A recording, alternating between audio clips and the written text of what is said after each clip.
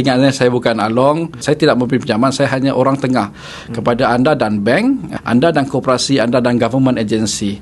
Dan kita tahu yang rakyat Malaysia ketakutan sebab ramai sangat yang ditipu sehingga mereka takut, rasa macam fobia, sana tipu, sini tipu. Tapi jangan risau, saya dah tubuhkan myloan.my, anda boleh datang ke pejabat saya. Kita dah di sana sekitar 2 tahun dan kita beroperasi waktu pejabat. Kita sangat telus. Kalau government staff, kebanyakan memang kita tak charge. Housing loan memang kita tidak charge, dan adalah sedikit yang kita charge kalau business loan dengan private loan. Tapi itu pun sekiranya ada mana-mana pihak bank yang menonton video ini, sekiranya anda boleh memberi peluang untuk myloan bekerjasama dengan anda, mungkin kita juga boleh untuk tidak charge business loan dengan personal loan private. Jadi mana kata ni, myloan.my ni bukan sekadar nama, bukan sekadar di social media, tapi ada pejabat sendiri beroperasi di pejabat di kita ada bangunan kita sendiri dekat Pandan Indah, Kuala Lumpur, dan setiap hari kita menerima mungkin sekitar belasan orang untuk sesi consultation dengan saya, tetapi ada sedikit charge. Saya charge very minimal, RM100 saja. Sekiranya anda ingin berdatang jumpa dengan saya punya tim, anda boleh datang dan berjumpanya secara percuma. Jadi Encik Awis kata bermulanya dari bidang konsultan hartanah dan kemudian kewangan, dan apa yang menyebabkan Awis sebagai orang muda minat fokus bab kewangan ataupun ekonomi ni? Jarang orang suka kan. Jarang. Okey, saya rasa saya seorang yang memang minat kewangan daripada saya student loh. Walaupun saya lambat menyedarinya, tetapi ialah saya seorang yang sentiasa ambil tahu tentang belanjawan negara daripada dulu. Walaupun saya seorang student, sebab saya tahu dekat situ adalah tentang peluang-peluang yang akan datang di tahun hadapan.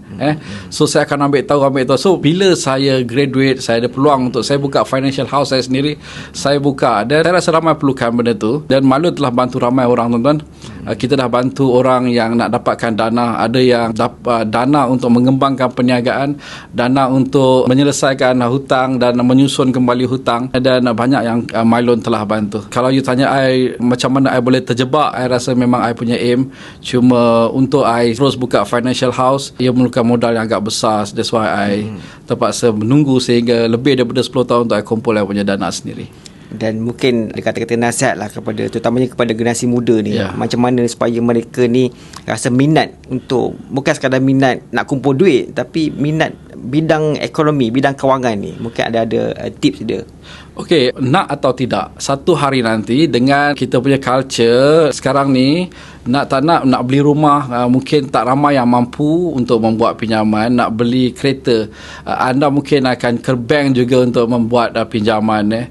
Nak berniaga, mungkin anda perlukan dana untuk membuat pinjaman. Nak tak nak, satu hari nanti anda akan berhadapan dengan bank. Anda kena tahu macam mana bank menilai anda, keboleh pinjaman anda. So apa yang bank tengok, so kesemua itu anda kena tahu dan anda akan hadapinya. Nak tak nak kita kena hadap juga financial punya education ni memang sangat diperlukan, Alif. Saya tidak tahu sekarang punya syllabus, tetapi kalau saya diberi kuasa untuk bercakap dengan Menteri Pendidikan, saya nak mereka masukkan syllabus financial ini yang lebih kepada cara pengiraan keboleh pinjaman seseorang dan apa itu pinjaman peribadi, pinjaman perniagaan, pinjaman perumahan, apa itu kebankrapan, bagaimana cara mereka yang akan datang habis sekolah ni umur 18 dah boleh untuk membeli aset dan membuat pinjaman semua, bagaimana untuk mereka menguruskan pinjaman mereka dengan lebih baik sekiranya pendidikan itu diserap dalam silibus sekolah. Ya, itu menarik tu kalau ada supaya lebih terperinci bab pengurusan kewangan ni kan. Lebih sekarang orang muda ni kononnya banyak ada YouTuber kadang gaji daripada social media kan. Betul. Dan Awis, saya lihat myloan tidak terkecuali daripada skamer ni, dan mungkin Awis boleh kongsikan sedikit pengalaman kita dengan skamer macam tu, ataupun pengalaman kita tolong klien kita untuk berhadap dengan skamer. Yang first, bagaimana myloan tu kena dengan skamer? Okey, kita pernah ada pengalaman, Alif. Kira-kira 5 hingga 3 bulan lepas, ada banyak pelanggan-pelanggan yang ketika saya live, mereka mengadu kepada saya yang mereka didatangi oleh orang lain dalam bentuk mesej ataupun DM WhatsApp mereka, dan kata mereka daripada myloan dan minta mereka membayar certain amount.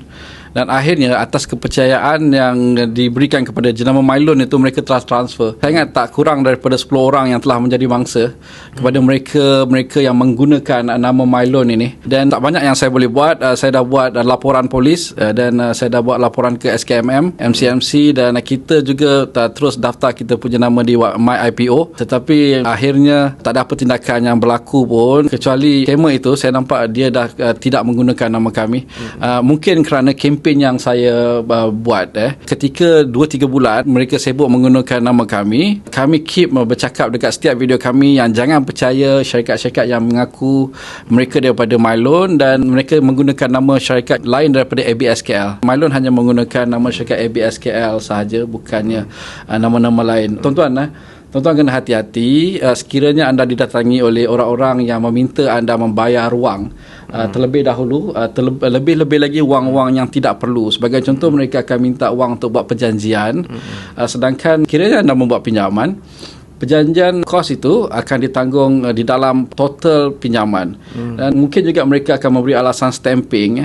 Stamping juga adalah sesuatu yang akan diserap dalam jumlah pinjaman. Kadang-kadang kita sebagai pengguna ni ataupun pemohon ni, dia tak tahu apa dokumen yang kena bayar, apa dokumen yang tak perlu dibayar. Dan mungkin elaborate sikit supaya mengelakkan daripada pengguna atau pemohon senang-senang ditipu oleh skamer ni. Sebagai pemohon pinjaman juga kena tahu apa kos yang diabsorb oleh pihak bank ataupun apa kos yang ada di dalam pinjaman.